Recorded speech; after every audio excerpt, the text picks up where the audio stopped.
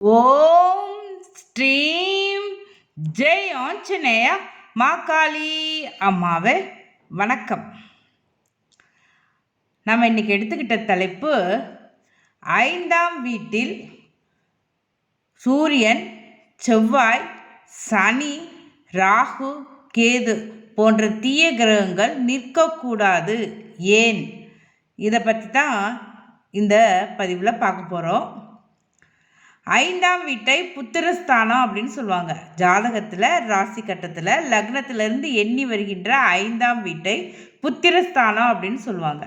ஒருவருக்கு நல்ல புத்திர பாக்கியம், நல்ல மகப்பேறு கிடைக்கணும் அப்படின்னா ஐந்தாம் இடத்தை தான் பார்க்கணும். ஐந்தாம் இடம், ஐந்தாம் வீட்டு அதிபதி, குரு, இந்த 3 விஷயத்தையும் பார்க்கணும். ஐந்தாம் அதிபதியுடன் சேரும் கிரகம், ஐந்தாம் அதிபதியை பார்க்கும் கிரகம், ஐந்தாம் இடத்தில் நிற்கும் கிரகம், ஐந்தாம் இடத்தை பார்க்கும் கிரகம், இதெல்லாம் பார்த்து அலசி ஆராய்ந்ததுக்கு அப்புறம்தான் நம்ம ஒருவருக்கு நல்ல குழந்தைகள் பிறக்குமா பிறக்காதா அப்படிங்கிறத சொல்ல முடியும். புத்திர பாக்கியம் மட்டும் கிடையாது, ஐந்தாம் இடத்தை பூர்வ புண்ணியஸ்தானம் அப்படின்னு சொல்லுவாங்க. அவர்களுடைய முன்னோர்கள், அவர்களுடைய என்ன சொல்கிறது, முன் ஜென்ம கர்ம வினை, அதெல்லாம் நம்ம தெரிஞ்சுக்கலாம். நல்ல கர்மாவை கொண்டு வந்திருக்காங்களா, தீய கர்மாவை கொண்டு வந்திருக்காங்களா, அதெல்லாம் நம்ம தெரிஞ்சுக்கலாம். இந்த பிறப்பில் நல்லதை அனுபவிக்க போகிறாங்களா, கெடுபலன்களை அதிகம் அனுபவிக்க போகிறாங்களா, இதை பற்றியும் நம்ம தெரிஞ்சுக்கலாம். அவங்களுடைய முன்னோர்களை பற்றியும் தெரிஞ்சுக்கலாம். அது மட்டும் அல்ல, ஐந்தாம் இடம் புத்திஸ்தானம். ஒருவருடைய புத்தி நல்லா வேலை செய்யுமா அப்படிங்கிறதையும் நம்ம ஐந்தாம் இடத்தை பார்த்து சொல்லலாம்.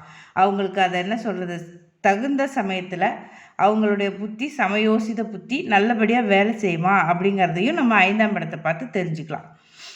அப்படிப்பட்ட ஐந்தாம் இடத்துல சனி, ராகு, கேது, சூரியன், செவ்வாய், இந்த 5 கிரகங்களில் ஏதாவது ஒன்று நின்று இருந்தாலும் சரி, 2, 3 நின்று இருந்தாலும் சரி, தீய கிரகங்கள் அங்கே நிற்கக்கூடாது அப்படிங்கிறது ஒரு பொதுவான விதி. ஐந்தாம் இடத்துல தீய கிரகங்கள் நிற்கக்கூடாது அப்படின்னு சொல்லுவாங்க. சரி, அது ஏன் சொல்கிறாங்க ஐந்தாம் வீட்டில் தீய கிரகங்கள் நிற்கக்கூடாது அப்படின்னு ஏன் சொல்கிறாங்க அப்படின்னு பார்த்தோன்னா, நான் முதல்லே சொன்ன மாதிரி நம்மளுடைய பூர்வ புண்ணிய கர்ம பலனை தெரிஞ்சுக்கலாம். அங்கே கெட்ட கிரகங்கள், அந்த மாதிரி இயற்கை பாவ கிரகங்கள் நிற்கும் பொழுது நமக்கு கெடுதலான பலன்கள் அதிகம் நடக்கும், கெட்ட கர்மாவை அதிகம் சுமந்துட்டு வந்திருக்கோம் அப்படின்னு தெரிஞ்சுக்கலாம். First point. 2வது, நல்ல மக்கட்பேறு, புத்திர பாக்கியம் கிடைக்கிறதுலையும் பிரச்சனைகள் இருக்குது அப்படின்னு சொல்லலாம். அதாவது குழந்தைகளே பிறக்காது அப்படிங்கிறது கிடையாது.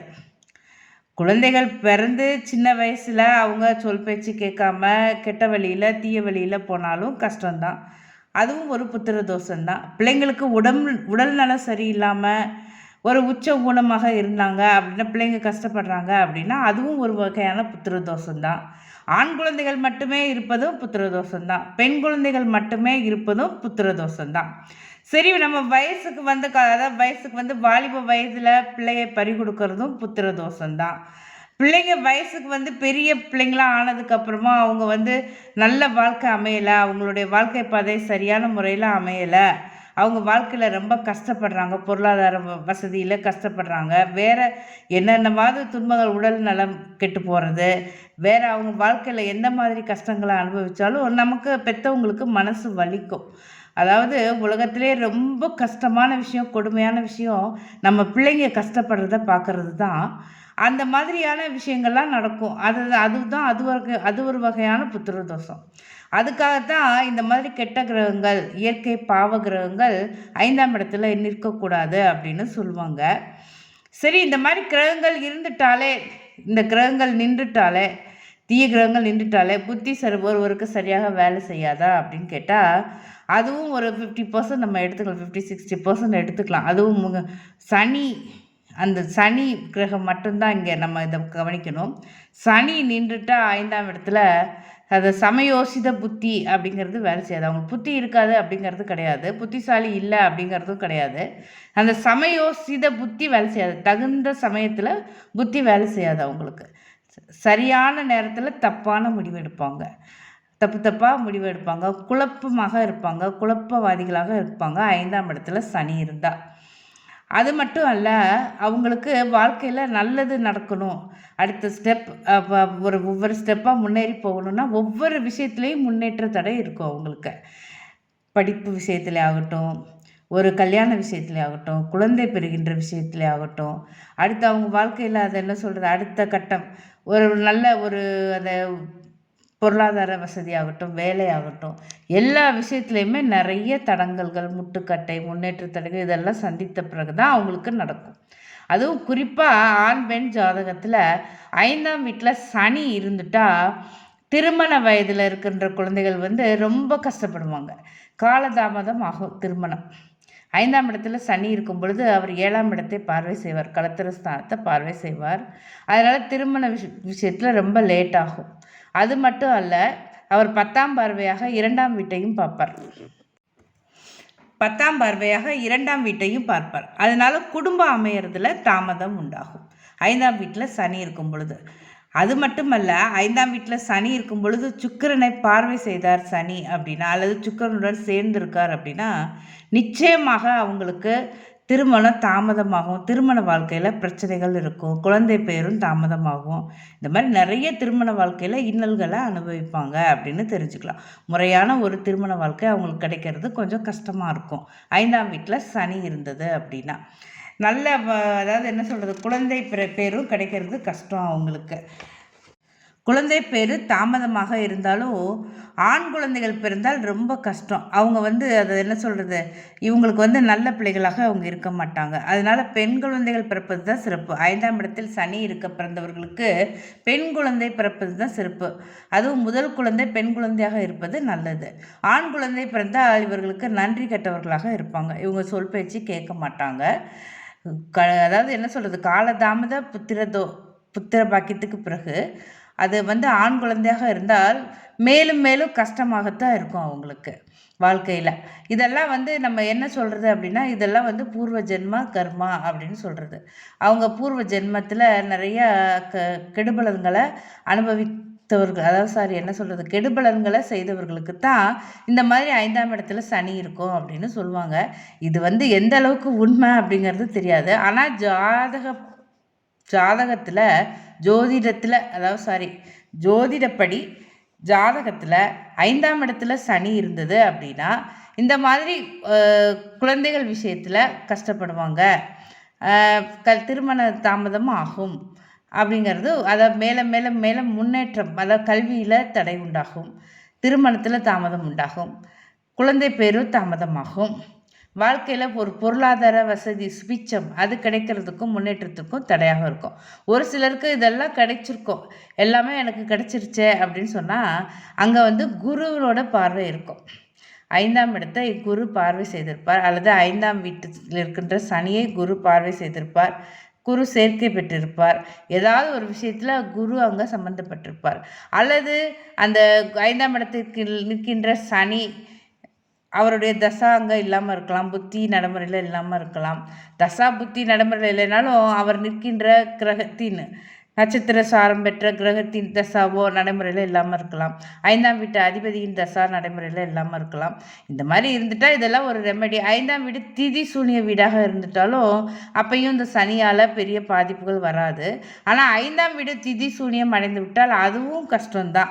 அதுவும் வாழ்க்கையில் ஜாதகருக்கு முன்னேற்ற தடைகளை நிறைய உண்டு பண்ணும். போதும், நம்ம சனியை பற்றி நிறைய பார்த்துட்டோம்னு நினைக்கிறேன். 5ஆம் வீட்டில் இருக்கின்ற சனியால் என்னென்ன பிரச்சனைகள் வரும் அப்படிங்கிறத பார்த்துட்டோம். அடுத்தது சூரியன். 5ஆம் வீட்டில் சூரியன் நின்றால் என்ன பலன்கள் அப்படிங்கிறத பார்க்கலாம். 5ஆம் வீட்டில் சூரியன் நிற்கலாம், நல்ல கிரகம் தானே, அதனால ஒன்றும் பிரச்சனை இல்லையே அப்படின்னு சொல்லுவாங்க. ஆனால் 5ஆம் வீட்டில் சூரியன் இருந்தால் அந்த ஜாதகருக்கு அடிக்கடி அதாவது என்ன சொல்கிறது, பெண்களாக இருந்தால் கருச்சிதைவு அதிகம் இருக்கும், ஆண்களாக இருந்தாலும் அவரது மனைவிக்கு கருச்சிதைவு ஏற்பட்டதுக்கு அப்புறம்தான், ஒரு 2-3 தடவை கருச்சிதைவு ஏற்பட்டதுக்கு அப்புறம்தான் குழந்தைகள் இருக்கும். அல்லது ஆண் குழந்தையாக இருந்தால் அது அவங்கள விட்டு பிரியறதுக்கு வாய்ப்பு அதிகம் அப்படிங்கிறத நம்ம புரிஞ்சுக்கலாம். ஆண் குழந்தை இருந்தால் ஒரு சிலருக்கு அதிகம் நிலைக்கிறதுக்கு வாய்ப்பு இல்லை. அப்படியே இருந்தாலும் ஏதாவது உடல் நலத்தில் பிரச்சனைகள் இருக்கும், அந்த மாதிரி பலன்களும் உண்டு. ஆனால் இதெல்லாம் குரு பார்வை இருந்தால் நிச்சயமாக அந்த பிரச்சனை இல்லை. அல்லது அந்த 5ஆம் வீட்டு அதிபர் ஆட்சி உச்சம் பெற்றிருந்தார் அப்படின்னாலும் அப்பவும் அந்த பெரிசாக பிரச்சனை இல்லை அப்படிங்கிறத தெரிஞ்சுக்கலாம் நம்ம. அல்லது 5ஆம் வீட்டு அதிபதியுடன் இந்த சூரியன் பரிவர்த்தனை ஆகியிருந்தாலும் பெரியதாக பிரச்சனைகள் இல்லை அப்படிங்கிறதையும் நம்ம புரிஞ்சுக்கலாம். 2வது, இந்த குழந்தைகள் பிறந்து பெரியவர்களாக மாறினதும் இந்த தகப்பனார் ஏகப்பட்ட பிரச்சனைகளை சந்திப்பார். அதாவது 5ஆம் இடத்துல சூரியன் நிற்க பிறந்த ஜாதகருக்கு அவருக்கு குழந்தைகள் பிறந்ததுக்கப்புறம் இந்த ஜாதகர் நிறைய பிரச்சனைகளை சந்திப்பார். எப்போ இந்த குழந்தைகள் பெரிதாக வளர்ந்து வாலிப வயதில் இருக்கும் பொழுது நிறைய பிரச்சனைகளை சந்திப்பாங்க. தென்னையை பெற்றா இளநீர், பிள்ளையை பெற்றா கண்ணீர் அப்படிங்கிற பாட்டு இவங்களுக்கு தான் பொருத்தமாக இருக்கும். எப்போ பாரு சதா புலம்பிக்கிட்டே இருப்பாங்க, பிள்ளைங்களை நினச்சி வேதனைப்படுவாங்க. பிள்ளைங்க அந்தளவுக்கு இவங்களுக்கு கஷ்டம் கொடுப்பாங்க, பிள்ளைங்களால் இவங்களுக்கு சிரமம் நடக்கும். ஆனால் குரு பார்வை இருந்தால் இதற்கு ரெமெடி உண்டு. குரு பார்வை இருந்தால் எந்த பிரச்சனையும் பெரிதாக இருக்காது அப்படின்னு சொல்லலாம். ஆனால் சிறிதளவாவது ஏதாவது பிரச்சனைகள் இருக்கும், நிச்சயம் இருக்கும். 5ஆம் இடத்துல சூரியன் இருப்பது அவ்வளவாக விசேஷ பலன்களை கொடுக்காது. அதுவும் அவருடைய தகப்பனார் வழி சொந்தங்களுக்கும் இவருக்கும் அவ்வளவாக ஒத்து வராது. தகப்பனார் வழியில், அதாவது பாட்டன் வழியில் இருக்கின்ற சொந்தங்களுக்கும் இவருக்கும் ஒத்து வராது. First point. 2வது, பிறக்கின்ற பிள்ளைகளாலும் அவங்க வளர்ந்து வாலிப வயதில் இருக்கும் பொழுது ஜாதகருக்கு பிரச்சனைகள் அதிகமாக இருக்கும். ஜாதகர் வேறு என்ன சொல்லலாம் அப்படின்னா, ஓகே அவருக்கு புத்தியெலாம் நல்லா வேலை செய்யுமானா ஓகே, அதில் புத்தியெல்லாம் நல்லா வேலை செய்யும். 5ஆம் இடத்துல சூரியன் இருக்கும் பொழுது புத்தியெல்லாம் நல்லா இருக்கும், பிரகாசமாக இருக்கும். ஆனால் இவங்களுக்கு பூர்வ ஜென்ம கர்மா அப்படிங்கிறது இவங்க முன்னோர்கள் வழியிலையும், அதாவது பாட்டனார் வழியிலையும் தகப்பனார் வழியிலையும் பிள்ளைகள் வழியிலையும், அதுவும் பிள்ளைகள் முதல்ல ஆண் குழந்தைகளாக இருந்தால் அவங்க வழியிலையும் பிரச்சனைகளை அதிகமாக சந்திக்க நேரிடும். ஆனால் பெண் குழந்தைகள் இருந்தால் பிரச்சனைகள் பெரிதாக இருக்காது. ஆண் குழந்தைகளாக இருந்தால் பிரச்சனைகளை பெரிதாக சந்திக்க நேரிடும். அடுத்தது ராகு. 5ஆம் இடத்துல ராகு இருக்க பிறந்தவர்களுக்கு என்ன சொல்கிறது, ஒரு சிலர் வாழ்க்கையில் நல்லா இருப்பாங்க, ரொம்ப சந்தோஷமாக ரொம்ப ஹாப்பியாக இருப்பாங்க. ஏன் அப்படின்னு கேட்டிங்கன்னா, 5ஆம் வீட்டு அதிபர் ராகு நிற்கும் பொழுது ஆட்சி உச்சம் பெற்றிருப்பார், அதாவது சேர்க்கை பெற்றிருப்பார். அந்த மாதிரி 5ஆம் வீட்டு அதிபதியுடன் ராகு நிற்கும் பொழுது அந்த ராகு தசாவில் அபரிமிதமான யோக பலன்களை ஜாதகர் அனுபவிப்பார். சரி, யோக பலன்களை தான் அனுபவிக்கிறார், அப்புறம் எப்படி நம்ம எப்படி நிற்கக்கூடாது, நல்லது இல்லை அப்படின்னு நம்ம சொல்கிறோம் அப்படின்னா, அங்கே 5ஆம் இடத்து அதிபர் ஆட்சி உச்சம் பெற்றிருந்தால் மட்டும்தான் நல்லது. அவர் நீசம் பெற்றிருக்கார் அல்லது 5ஆம் இடத்து ராகு நிற்கும் பொழுது அவருடன் வேறு அதை என்ன சொல்கிறது, சனி, இந்த மாதிரி செவ்வாய், ஏதாவது கிரகங்கள் சேர்ந்துருக்கு, அதாவது 6, 8, 12 இருக்கக்கூடியவர்கள் யாராவது சேர்ந்துருக்காங்க அப்படின்னா 5ஆம் வீட்டில் ராகு நிற்கும் பொழுது அப்போவும் பிரச்சனைகள் தான் பெரிதாக இருக்கும். 5ஆம் வீட்டில் ராகு நிற்கும் பொழுது அந்த 5ஆம் வீட்டு அதிபர் ஆட்சி உச்சம் பெற்றிருந்தால் மட்டுமே சிறப்பு. அது மட்டுமல்ல, குரு பார்வை இருந்தால் ஓகே, ஓரளவுக்கு தப்பித்து கொள்ளலாம். இல்லை அப்படின்னா அங்கே புத்திர தோஷத்தை உண்டு பண்ணும், கடுமையான புத்திர தோஷத்தை உண்டு பண்ணும். திருமணமும் தாமதமாகும், திருமண காலமும் தள்ளி போகும். 5ஆம் இடத்துல ராகு இருக்கும் பொழுது குழந்தை பேர் கிடைக்கிறதுலையும் பிரச்சனைகள் உண்டு. அதுவும் ஒரு சிலருக்கு ஆண் குழந்தைகள் மட்டுமே இருக்கும், ஒரு சிலருக்கு பெண் குழந்தைகள் மட்டுமே பிறக்கும். இந்த வாரிசு விஷயத்துலேயும் பிரச்சனைகள் உண்டு அப்படிங்கிறத தெரிஞ்சுக்கலாம்.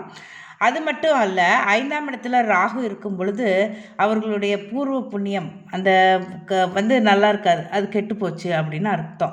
இவருக்கு பூர்வீக சொத்துக்கள் கிடைக்கிறதுல பிரச்சனைகள் இருக்குது, வில்லங்கம் இருக்குது, வம்பு வழக்கு அந்த மாதிரி விஷயங்கள்லாம் இருக்குது. அதுவும் அங்கே 6ஆம் இடத்து அதிபர் சம்மந்தப்பட்டிருந்தார் ராகுவோட அப்படின்னா நிச்சயமாக கோர்ட்டு படிவாசல் ஏறுற மாதிரி ஒரு நிலைமை உண்டாகும்.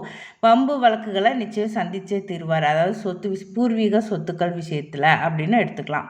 5ஆம் இடத்துல கேது இருந்தாலும் இதே பலன்கள் தான், அதாவது புத்திர தோஷத்தை கடுமையாக கொடுக்கும். கேது இருந்தால் குழந்தைகள் இருக்காது அப்படின்னு தான் சொல்லுவாங்க. ஆனால் ஒரு சிலருக்கு குருவுடன் சேர்ந்திருக்கும் பொழுதோ, குரு பார்வை இருக்கும் பொழுதோ, 5ஆம் இடத்து அதிபர் ஆட்சி உச்சம் பெற்றிருக்கும் பொழுதோ கிடைக்கிறதுக்கு வாய்ப்பு இருக்குது, குழந்தைகள் நல்ல குழந்தைகள் கிடைக்கிறதுக்கு வாய்ப்பு இருக்குது. கேது இங்கே இருக்கும் பொழுது அவங்களுக்கு புத்திர பாக்கியம் அரிது, ரொம்ப அரிது. ஆனால் அதையும் மீறி குழந்தை பிறந்தது அப்படின்னா அந்த குழந்தைகள் மிக நல்ல குழந்தைகளாக, புத்திசாலியான அறிவான குழந்தைகளாக இருப்பாங்க, நிச்சயமாக இருப்பாங்க. தந்தைக்கே புத்தி சொல்லும் அளவுக்கு நல்ல ஒரு அதிக புத்திசாலியான குழந்தைகள் பிறப்பாங்க 5ஆம் இடத்துல கேது இருக்கும் பொழுது. ஆனால் பூர்வ புண்ணியம் பாதிக்கப்படுமா அப்படின்னா ஆமாம், 5ஆம் இடத்துல கேது கேது இருக்கும் பொழுது பூர்வ புண்ணியம் கெட்டு போயிடும். அதுவும் தாய் வழி பாட்டன், அதாவது தாய் வழி தாத்தா பாட்டி அவங்க வழியில் வந்து இவங்களுக்கு வந்து கெடுபலன்கள் தான் அதிகமாக இருக்கும். அவங்களும் நல்லா இருக்க மாட்டாங்க. அப்படியே அவங்களுக்கு இருந்தாலும் கெடுபலன்கள் வந்து இவங்க இந்த ஜாதகரால் அதிகமாக இருக்கும் அப்படின்னு தெரிஞ்சுக்கலாம். அல்லது இந்த ஜாதகருக்கு அவங்களால எந்த பிரயோஜனமும் இல்லை அப்படின்னு கூட எடுத்துக்கலாம். அந்த மாதிரி கூட பலன்கள் நம்ம எடுத்துக்கிடலாம். அடுத்தது செவ்வாய். 5ஆம் வீட்டில் செவ்வாய் இருக்கும் பொழுது அவருக்கு பிறக்கின்ற குழந்தைகள் நன்றி கெட்டவர்களாக இருப்பாங்க. அதாவது என்ன சொல்கிறது, தாய் தகப்பனாரை ரொம்ப அதிகம் மதிக்க மாட்டாங்க. இல்லை எனக்கு நல்ல குழந்தைகள் தான் இருக்காங்க, அதாவது 5ஆம் வீட்டில் செவ்வாய் இருந்தாலும் எங்களுக்கு நல்ல குழந்தைகள் தான் இருக்காங்க, நல்லபடியாக குழந்தைகள் வளர்ந்து வராங்க, நல்லா இருக்காங்க அப்படின்னு சொன்னாங்கன்னா அவங்களுக்கு அங்கே குரு பார்வை இருக்கும். அந்த 5ஆம் இடத்துல இருக்கின்ற செவ்வாய்க்கு குரு பார்வை இருக்கும். அல்லது சுக்கிரன் சம்பந்தப்பட்டிருப்பார். 5ஆம் இடத்து அதிபதி ஆட்சி உச்சம் பெற்றிருப்பார். அந்த மாதிரி 5ஆம் இடத்து அதிபதியே செவ்வாயாக அங்கே ஆட்சி பெற்றிருப்பார். அப்போ நல்ல பலன்கள் நடக்கும். 5ஆம் இடத்து அதிபதி செவ்வாயாகவோ 5ஆம் இடத்து அதிபதி சூரியனாகவோ இருந்தால் அங்கே ஓரளவுக்கு நல்ல பலன்களை எதிர்பார்ப்பதற்கு நிச்சயம் வந்து உண்டு. நல்ல பலன்களை எதிர்பார்க்கலாம் நம்ம. ஆனால் அங்கே வந்து அதாவது என்ன சொல்கிறது, அது வேறு வீடாக இருந்து அங்கே 5ஆம் இடத்துல செவ்வாயோ சூரியனோ இருந்துட்டால் ஜாதகருக்கு கெடுபலன்கள் தான் நடக்கும் அப்படிங்கிறத புரிஞ்சுக்கலாம். அதுவும் அவரது ஆணாக இருந்தால் அவரது மனைவிக்கு அடிக்கடி கருச்சிதைவு உண்டாகும். பெண்ணாக இருந்தாலும் அப்படித்தான். அவங்களுக்கு வந்து குழந்தையில் அதாவது என்ன சொல்கிறது, வயிற்றில் வந்து அறுவை சிகிச்சை நடக்கிறதுக்கு வாய்ப்பு இருக்குது 5ஆம் இடத்துல செவ்வாய் இருக்கும் பொழுது, பெண்ணாக இருந்தாலும். அதனால நம்ம இதெல்லாம் நம்ம என்ன சொல்கிறது, செவ்வாய் 5ஆம் வீட்டில் இருந்தாலும் இதே பலன் தான், கொஞ்சம் கெடுபலன்கள் தான் அதிகமாக இருக்கும் அப்படின்னு சொல்லலாம். அவங்களுக்கு புத்தி வேலை செய்யுமா அப்படின்னு கேட்டால் வேலை செய்யும். என்ன சொல்கிறது, டென்ஷன் பார்ட்டியாக இருப்பாங்க. டென்ஷன் டென்ஷன் டென்ஷன், எதுக்கு எடுத்தாலும் டென்ஷன், எந்நேரமும் சதா சர்வ காலமும் டென்ஷன் பார்ட்டியாக இருப்பாங்க 5ஆம் இடத்துல செவ்வாய் இருந்தால். டென்ஷன் பார்ட்டி யார் அப்படின்னு கேட்டால் அவங்க ஜாதகத்தை பார்த்தோம்னா 5ஆம் இடத்துல செவ்வாய் இருக்கும். அவங்க தான் டென்ஷனாக இருப்பாங்க. என்ன விஷயமா இருந்தாலும் எப்போ பாரு டென்ஷனாக இருப்பாங்க. அவங்களுக்கு வந்து அதாவது என்ன சொல்கிறது, புத்தி நல்லா வேலை செய்யும். ஆனால் அந்த டென்ஷன் எப்போ பார்த்தாலும் என்ன கொஞ்சம் வந்து என்ன சொல்கிறது, ஒரு மாதிரி பதட்டமாகவே இருப்பாங்க அப்படின்னு சொல்லலாம். நேயர்களே, இது வரைக்கும் 5ஆம் வீட்டில் தீய கிரகங்கள் இருந்தால் அவங்க வந்து நல்ல கர்மாவை கொண்டு வரல, பூர்வ புண்ணிய கர்மா வந்து அவங்களுக்கு மோசமான பலன்களை கொடுக்குது அப்படிங்கிறத நம்ம தெரிஞ்சுக்கலாம். ஆனால் 5ஆம் வீட்டில் நிற்கக்கூடிய கிரகங்களின் தசாவோ 5ஆம் இடத்து அதிபதியின் தசாவோ நடைமுறையில் வராமல் இருந்துட்டாலே பெரிதாக பிரச்சனைகள் இல்லை. அதையும் நம்ம புரிஞ்சுக்கலாம். 5ஆம் வீட்டை குரு பார்வை செய்திருந்தாலும் அல்லது 5ஆம் வீட்டில் குரு இருந்தாலும் பெரிதாக பிரச்சனைகள் வருவதற்கு வாய்ப்பு இல்லை. ஆனால் 5ஆம் வீட்டில் குரு இருக்கும் பொழுது புத்திர பாக்கியம் நல்லா இருக்குமா அப்படின்னு கேட்டால் இருக்காது. அப்போ காரக பாவனாஸ்தி அப்படிங்கிற அடிப்படையில் 5ஆம் வீட்டில் குரு இருப்பதும் அவ்வளவு சிறப்பு இல்லை. அதாவது இயற்கை சுபகிரகம் தானே, அங்கே குரு இருக்கலாம் அப்படின்னு நினப்போம். ஆனால் இல்லை, 5ஆம் வீட்டில் குரு இருப்பதும் சிறப்பு கிடையாது. அதாவது என்ன சொல்கிறது, அவங்களுக்கு பூர்வ புண்ணியத்தில் பிரச்சனைகள் உண்டு அப்படிங்கிறத நம்ம புரிஞ்சுக்கலாம். இந்த குழந்தை பிறந்த உடனே அவங்க தந்தை வெளிப்பாட்டனார் அவருக்கு வந்து பிரச்சனைகளை அதிகமாக சந்திக்க நேரிடும் அப்படிங்கிறத புரிஞ்சுக்கலாம். குரு 5ஆம் இடத்துல இருந்தாலும் பிரச்சனைகள் தான். சரி, அப்போ 5ஆம் வீட்டில் எந்த கிரகம் தான் இருக்கணும் அப்படின்னு கேட்டிங்கன்னா, 5ஆம் வீட்டில் அது எந்த கிரகமாக இருந்தாலும் சரி 5ஆம் வீட்டு அதிபர் ஆட்சி பெற்றிருக்கலாம். ஆனால் சனி மட்டும் அங்கே வந்து ஆட்சி பெற்றிருந்தாலும் தவறு தான். அங்கே 5ஆம் வீட்டில் சனி ஆட்சி பெற்று நின்றாலும் தோஷம்தான். அதையும் நம்ம நடைமுறையில் நிறைய ஜாதகங்களில் நம்ம பார்த்துருக்குறோம். பொதுவாக 5ஆம் வீட்டு அதிபர் ஆட்சி பெற்று அங்கே நிற்பது சிறப்பு. மற்றபடி சுப கிரகங்களான புதன் நிற்கலாம், சுக்கிரன் நிற்கலாம். 5ஆம் இடத்துல சுக்கிரன் நிற்கலாம், புதன் நிற்கலாம், சந்திரன் கூட நிற்கலாம். சந்திரனும் வந்து அங்கே தேய்பிரை சந்திரனாக நின்றார், அமாவாசை சந்திரனாக இருந்தார் அப்படின்னா அப்போ பிரச்சனை வருமா அப்படின்னு கேட்டால் பிரச்சனை தான். அப்பையும் பிரச்சனை இருக்குது, அதையும் நம்ம புரிஞ்சுக்கலாம். 5ஆம் வீட்டில் பொதுவாக கிரகங்கள் இல்லாமல் இருப்பது தான் சிறப்பு. 5ஆம் வீட்டில் கிரகங்கள் இருப்பது அவ்வளவாக நல்லது இல்லை அப்படிங்கிறத புரிஞ்சுக்கலாம். நம்ம ஓரளவுக்கு அது வந்து ஒரு சரியாகத்தான் இருக்கும். 5ஆம் வீட்டில் எந்த கிரகமாக இருந்தாலும் சரி அது ஆட்சி பெற்றிருந்தால் நல்லது. ஆனால் சனி ஆட்சி பெற்று இருப்பது சிறப்பு இல்லை. சரி நேயர்களே, இந்த பதிவு உங்களுக்கு பிடிச்சிருந்ததுன்னா லைக் பண்ணுங்கள், கமெண்ட் பண்ணுங்கள், ஷேர் பண்ணுங்கள், சேனலை சப்ஸ்கிரைப் பண்ணுங்கள், பெல் ஐக்கானை தட்டி விட்டுருங்க. ஜோதிட சம்பந்தமான பொதுவான கேள்விகளுக்கு யூடியூப் கமெண்ட் செக்ஷனில் கீழே பதிவு பண்ணுங்கள். நான் உங்களுக்கு பதில் தர முயற்சிக்கிறேன். டிம்பிள் அம்மா ஆஸ்ட்ரோ அப்படிங்கிற இன்ஸ்டாகிராம் பக்கத்தையும் ஃபேஸ்புக் பக்கத்தையும் ஃபாலோ பண்ணுங்கள். நன்றி, வணக்கம்.